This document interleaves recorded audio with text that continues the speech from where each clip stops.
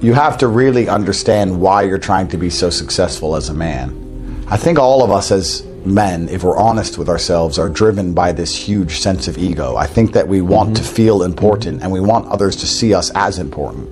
And I think if you use that energy in the correct direction, it can actually be an extremely powerful thing. I don't think there's anything wrong with saying, I want everyone to view me as a competent, important, smart, successful man. I think that's a great thing. But then you get to a point and you have to really work out, what did you want all of the success for? Did you really want the cars? Did you really want all the women? Most of the time we do want all the women. But did you really want all of these things? Or what is going to be the end goal of all of this success? And I think that's why it's so important at a certain level, a certain amount of money, certainly a certain age, that you do have a family, because it grinds you. It grounds you, and it says to you, it reminds you what's actually important in the world. And you go, you know what? The best thing about having all of this money is that I get to take care of my family. That's the best thing about having all the money. Yeah. You know, the cars, the jets, the boats, all of that is nice. Meeting women to perhaps make a family with, sure, that's nice. But once you have a family, it reminds you what's actually important in the world. And I think that's one of the most... When I see men who make a whole bunch of money and they just get caught in these hedonistic cycles that go to nowhere, I think that that's because they don't have that grounding element. And that's dangerous. You know, I'm fine with economy. I don't give a shit. I'm a full-grown fucking man. I'll go and sit on an economy flight for 22 hours to Sydney, Australia from LA. Doesn't matter to me. Instead, I'm on a $200,000 private jet. Well, does that make me happy? Not really. You know what does make me happy? Makes me happy that I can put the woman I love on a private jet. Makes me happy that if I want to see my children, I can put them on a private jet so they turn up quickly enough for me to spend a single hour with them. I can spend $200,000 to get an hour with my kids because a jet is faster than sitting around at an airport with a bunch of fucking brokies. It matters to me that if my mother has a heart attack, I can afford the best surgeon on the planet. It matters to me that if my grandma dies, I can give her the best possible funeral. What matters to me is that I can actually take care of the people I fucking love.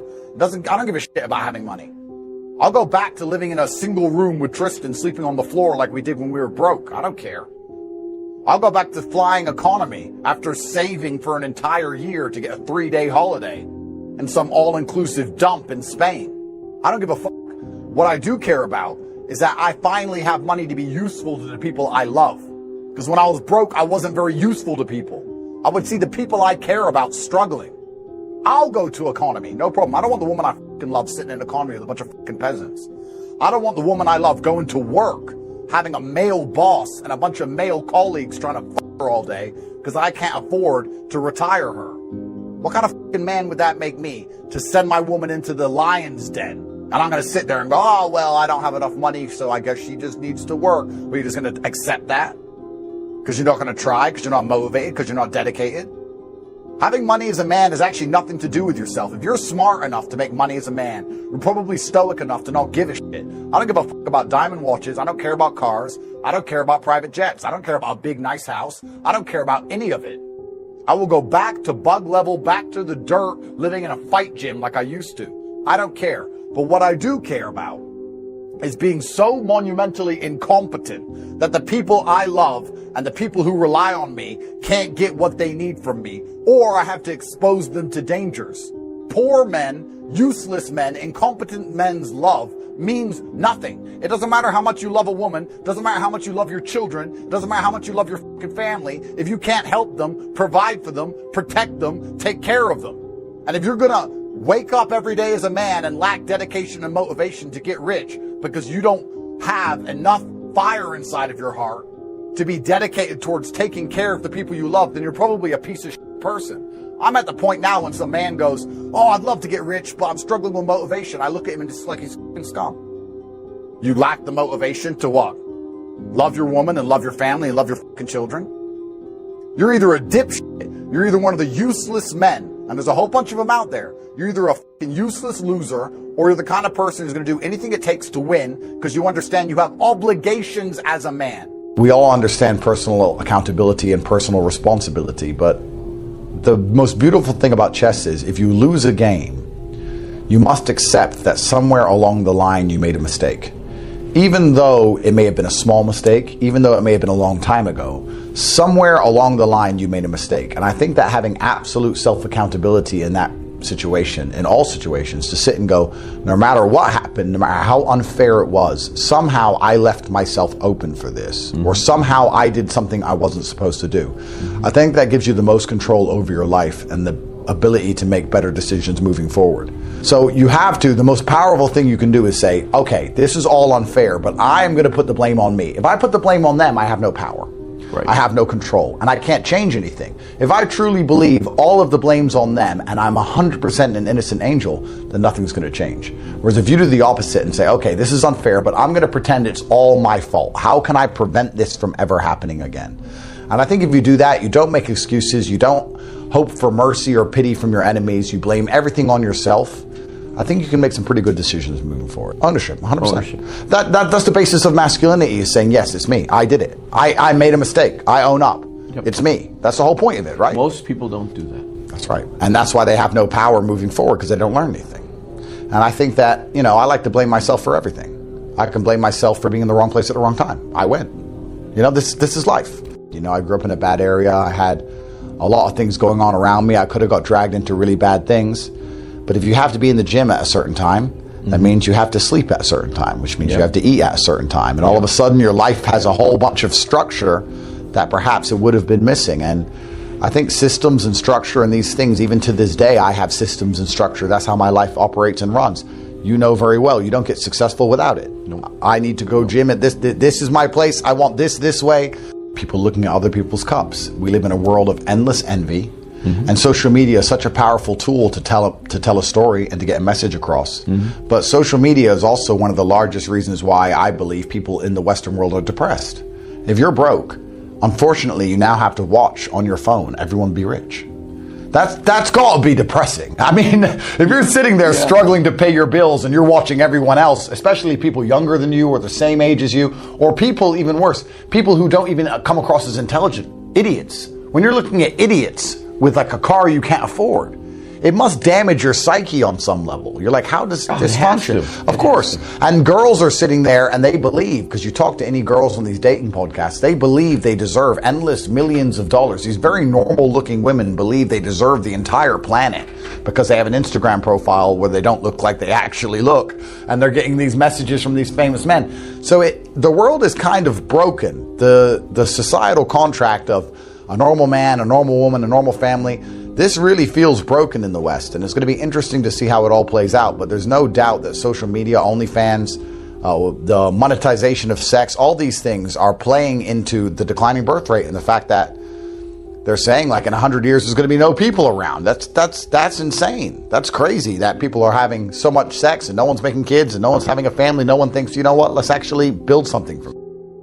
It's a symptom of a dying society on the girl's side, and it's also, in many ways, a symptom of our dying society on the man's side, because there's so many men with repressed sexuality, because getting girls almost in the modern world is not so much about charm and personality like it used to be. A lot of it is about money. Let's be realistic here. Girls want men with money, and that's fine because we have money. But if you're a normal dude and you have no money, then you end up on all these porn websites and all these OnlyFans, etc. So it's kind of crazy the direction in which the world is moving in. And people talk about the birth rate and, people aren't getting married and no one's having kids and all these things. That's because the girls are on OnlyFans selling content and the men are on OnlyFans buying content. And there's a few guys at the top with all the girlfriends. And it's kind of messed up. The societal contract is broken now. So it's going to be really interesting to see how this all plays out. And I don't think we're heading in a good direction, personally. I think in the world today, it's very hard almost to tell anybody what to do. I think we all understand lead by example. But I think if you're living a life that they want, that they're going to try and replicate the steps that got you there. Yeah. So if you're living a life that people want and you talk about the fact you only built it based purely on self-accountability and responsibility, then they're going to be a lot more likely to listen to you. Especially in the social media world where you need to have so much social proof to stand out from the rest, right? Because there's so many people online. So I try and do my best to live by example. I'm certainly not a perfect person, but I try and explain that, look, not everything in life goes my way all of the time, but I'll take my L, I'll take my loss, I'll stand up and say, look, this went wrong, or I lost here, or congratulations to my opponent, and I'm respectful to everybody I meet. I'm very nice to every waiter, every person who holds a door open for me. I try my very best to just go through life in a particular way where if anybody does want to emulate my success and they try and emulate my actions, it's going to be better for the world. So, you know, we're all human and we all make mistakes, but instead of lecturing people saying you should do this or should do this, what I try and say is, this is how I got here. And I think that's why people copy and follow. The beauty of life is often found not just in all of the positives, but you really need the negatives of life to appreciate anything. I think that you probably have so much more appreciation for your life now after what happened to you than you did beforehand. Yep.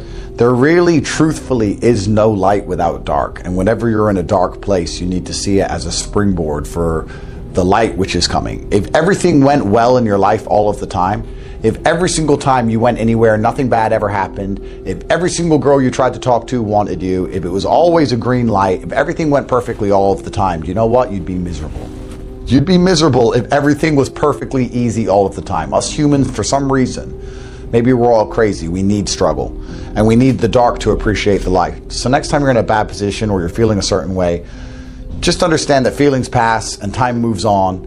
And in the end, you're going to look back on it all, as crazy as it is, as a happy memory. It's remarkable to me, sir, that you were sentenced to 85 years, your whole life. And you probably never thought you were going to get out.